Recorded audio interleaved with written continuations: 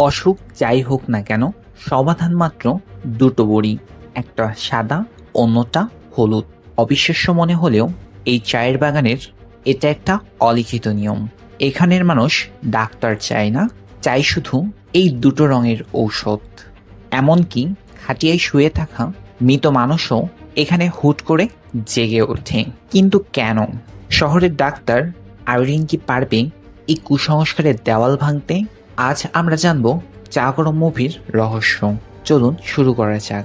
মুভির শুরুতেই আমরা দেখতে পাই আইরিনকে, যে পেশায় একজন ডাক্তার। সে ট্রেনে করে মৌলভীবাজার যাচ্ছে। ট্রেনের জার্নিটা ভালোই কাটছিল, কিন্তু বিপত্তি বাঁধল তখনই যখন সে স্যান্ডউইচে কামড় দিতে যাবে। তার পাশের সিটের এক যাত্রী আইরিনকে ডাক্তার বুঝতে পেরে তার অসুস্থ ছেলের প্রতিচ্ছবি বের করে ধরল একদম চোখের সামনে। আর এই অদ্ভুত দৃশ্য দেখে বেচারি আইরিনের খাওয়ার রুচি তো গেলই, সাথে সাথে শুরু হলো তার এক রোমাঞ্চকর জার্নি। স্টেশনে নেমে আইরিনের দেখা হয় কেয়ারটেকার রবিনের সাথে।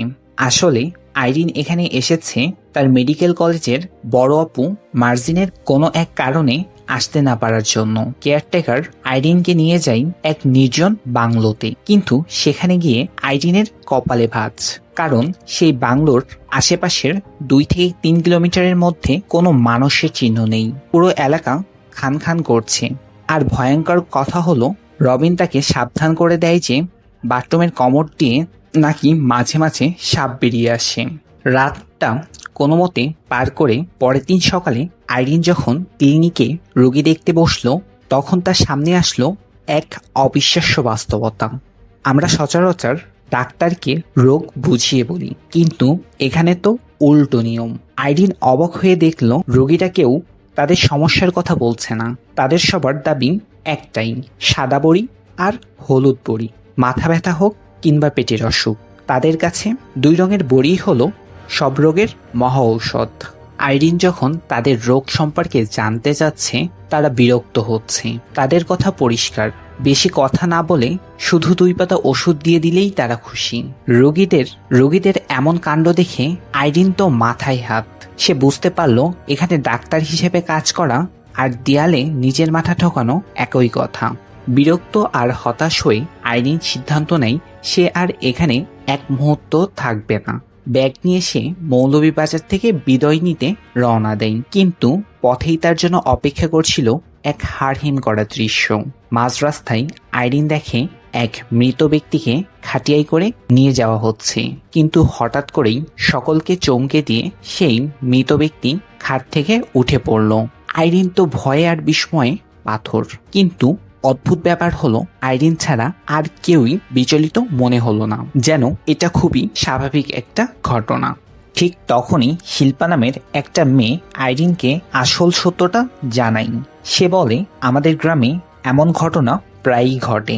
আসলে উন্নত চিকিৎসার অভাবে এখানে অনেক সময় মানুষ মারা যাওয়ার আগেই তাকে মৃত বলে ধরে নেওয়া হয়। স্রেফ 1 ফোঁটা অক্সিজেন বা সঠিক ঔষধের অভাবে সুস্থ মানুষও নিথর হয়ে যায়।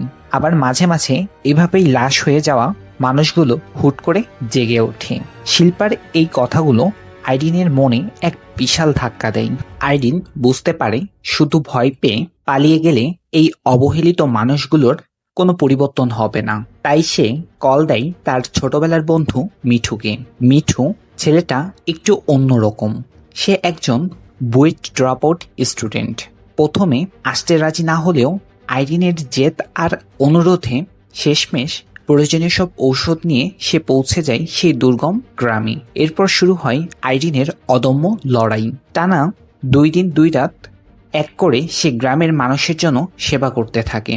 ফিরে আসার দিন আইরিন যখন শিল্পার সাথে দেখা করতে যায়, তখন তার নজরে পড়ে একটি পুরাতন শোকেস।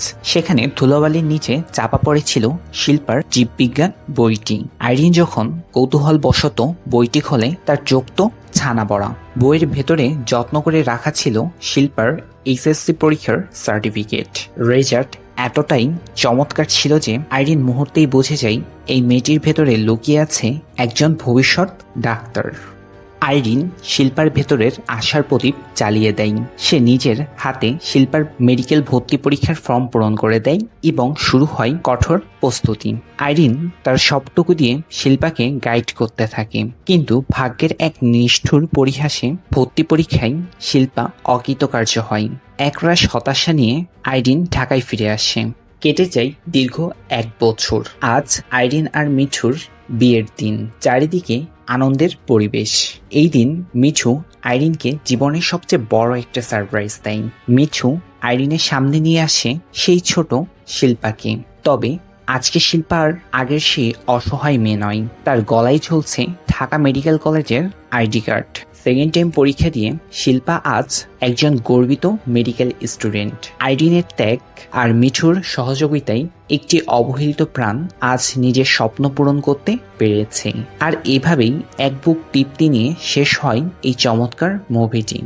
দাঁড়ান বস, শেষ করার আগে একটা অবিশ্বাস্য মুভির কথা শুনে যান, যেখানে শাশুড়ি আর মেয়ের জামাইয়ের নিষিদ্ধ টান এমন এক পর্যায়ে গিয়ে পৌঁছায় যে শেষ পর্যন্ত শাশুড়ি নিজেই সন্তান সম্ভাবনা হয়ে পড়ে। আর এই সম্পর্কর শেষটাই বা কি হয় জানতে রোমাঞ্চকর এই মুভির রিভিউটা দেখতে এখনই স্ক্রিনে আসা ভিডিওতে টাচ করুন অথবা কমেন্ট সেকশন চেক করুন।